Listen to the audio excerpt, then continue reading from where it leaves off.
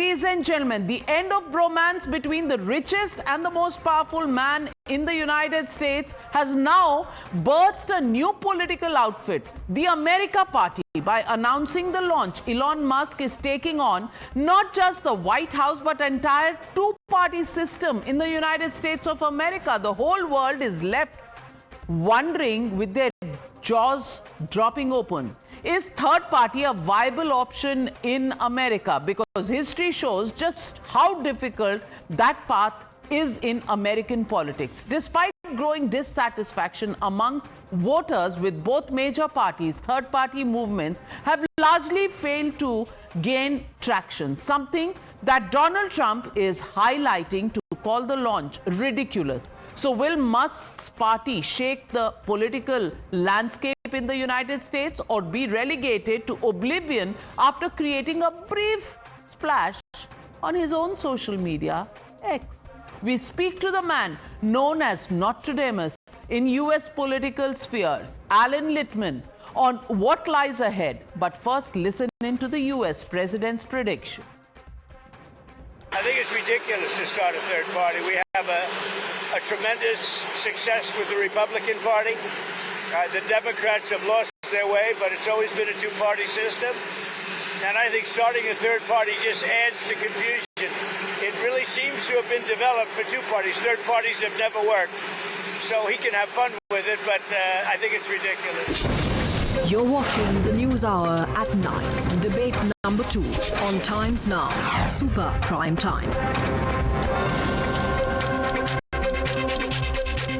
And joining me tonight, Allan Lichtman, the man who's called Nostradamus of America. He's got predictions for 10 American elections right, 2 not quite right, 1 the last one. But thank you very much, Allan Lichtman, for speaking to me. Professor Littman, wonderful to meet you virtually after our last meeting in Washington, D.C. ahead of the elections. But first things first, what are your thoughts on Elon Musk's political debut and his decision to launch his own political party, the America Party? Yes, you know, third parties have been part of America since the early republic. We had the anti-Masonic Party way back in 1832. But we have always had a pretty solid two-party system. While third parties have come and gone, they have never been able on a enduring basis to establish power in the U.S. We have a lot of third parties going on right now, like the Green Party and the Libertarian Party, but they don't hold any seats, for example, in the U.S. Senate or the U.S. House. But they can influence elections. And what makes Elon Musk's attempt unique is he is the richest man in the world. And he can put a lot of money into a third-party effort. I don't think he's going to elect candidates, but he can very much influence elections. He said he is going to pick some select Senate and House elections to intervene in. And if, like he's promised, and we'll see, you never know with Musk, he changes his mind all the time, he goes after Republicans, then his America Party could drain enough votes from Republicans to help the Democrats take back the House and the Senate, because Democrats are not going to vote for a Musk party in any significant numbers. Republicans are more likely to do so. Okay, there's always a suspense factor. But Professor Littman, as students of political science, we remember the 1992 presidential campaign when Ross Perot ran as an independent. In 1996, he formed his own political party called the Reform Party and again ran for office. What are the lessons that America has drawn from these two experiences about influence that a third party can wield in presidential polls? Anything substantial? Yes. Ross Perot, it was similar in some ways to Elon Musk. Nowhere near as rich, but still very rich for 1992, when he launched his independent third-party bid for the presidency and was able, for that time, substantial amount of money into it. It wouldn't count for much today, but Musk is so much richer, and he did very well. They got 19% of the presidential vote, the second highest in all of American history, topped only by Theodore Roosevelt, former president, when he ran as the Progressive Party candidate in 1912. And that did indeed make a difference in that election, helping Bill Clinton defeat George H.W. Bush, the incumbent. But his Reform Party kind of faded. He wasn't able to match what he did in 1992 and 1996. And the Reform Party did not endure as a significant influence on American politics. So there were some lessons that can be drawn. If you put enough money into a third-party campaign, you might not win, certainly not the presidency, and maybe not seats in the House and Senate, but you can influence the outcome of the election, but it's unlikely that your third-party movement will succeed in electing candidates in the long run, but it certainly can be a disruptor. Donald Trump should, at this point, and Republicans be a little bit worried. Can Elon Musk actually throw his hat in the ring and run for president, or will the rules not allow that? His chances of becoming president are zero. I repeat, zero. To become president under the Constitution, you have to be a natural-born U.S. citizen. You cannot be, as Elon Musk, someone who was born abroad and becomes a naturalized U.S. citizen. You would have to change the Constitution, which is not going to happen. Given your expertise with the keys to the White House model, how does the emergence of a strong third party affect the predictive power of your own prediction system? We're a long way from the America Party being able to influence a presidential election, but it certainly could happen. That is one of my keys, and it does count against the party in power, like it counted against the incumbent George H.W. Bush in 1992. Of course, Musk cannot run himself. He'd have to find an attractive candidate to run. Ross Perot, was kind of this folksy, down-home guy who had a certain appeal. He wasn't a bad candidate. Musk would have to find a candidate. He'd have to get on the ballot in many states, particularly the swing states, and he'd have to put a lot of his money into the campaign. It would be a nightmare for the Republicans if he were to do that, but we're a long way. And by the way, be very skeptical of the polls. The polls always say, oh yeah, the American people are very receptive to a third party.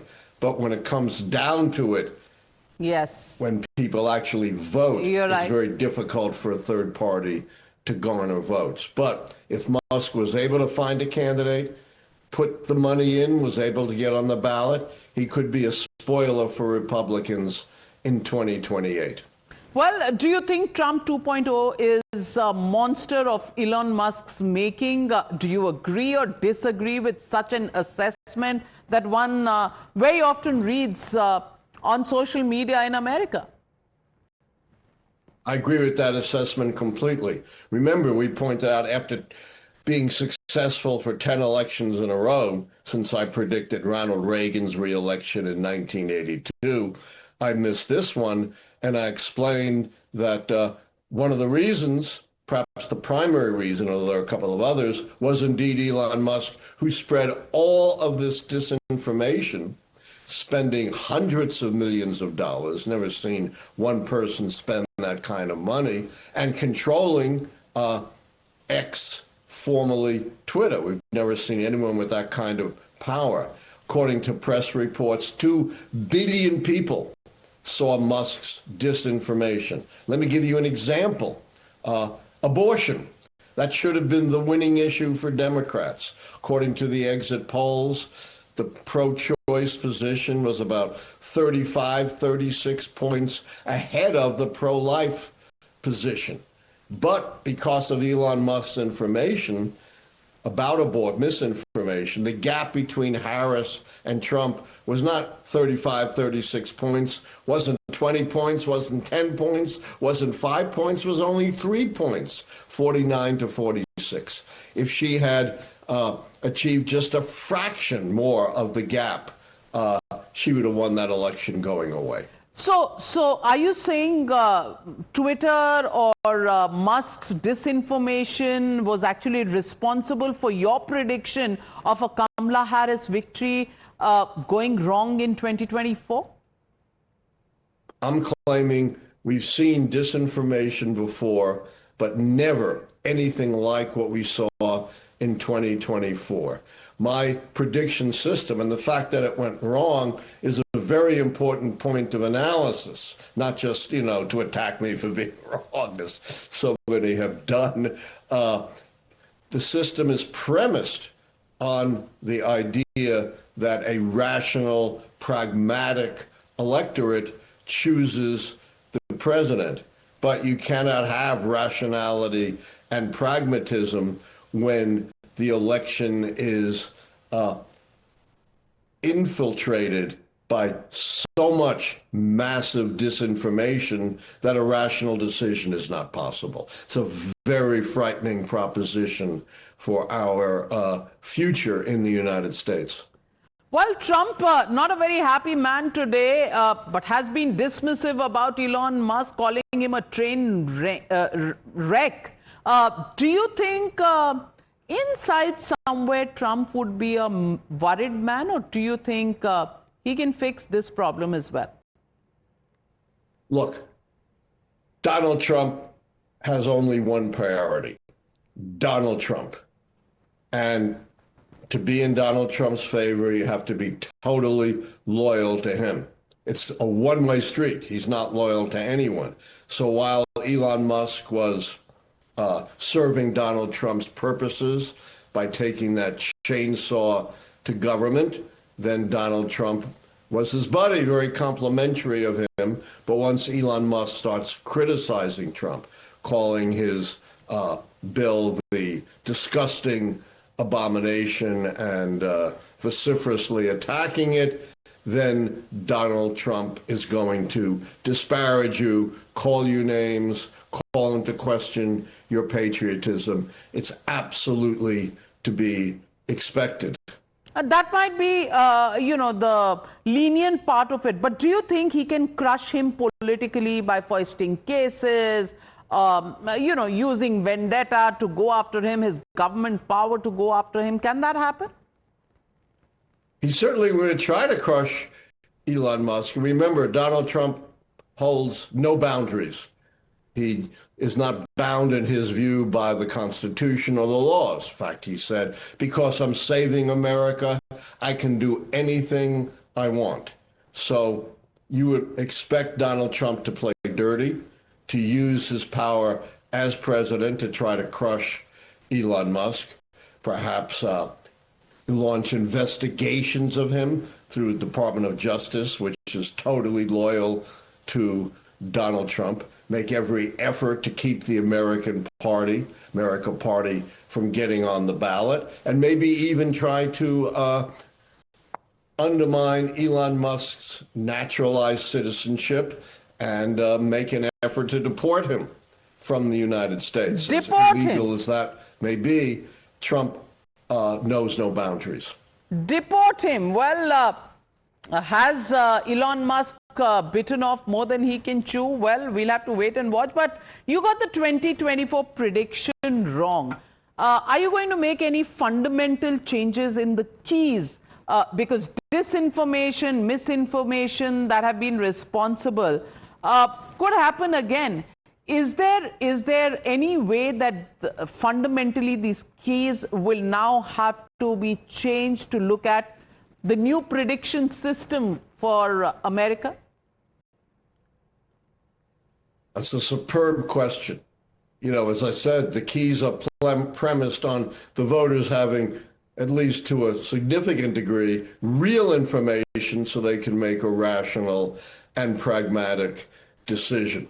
And, you know, far beyond its implications for the keys, the disinformation of our time has profound implications for the future of American politics and whether we can really survive as a thriving democratic republic. You know, I've been saying, yeah, it certainly affects the keys, but the implications are vastly bigger. I am now, as I had said right after, you know, I admitted right away I was wrong. You know, I didn't need anyone to tell me that.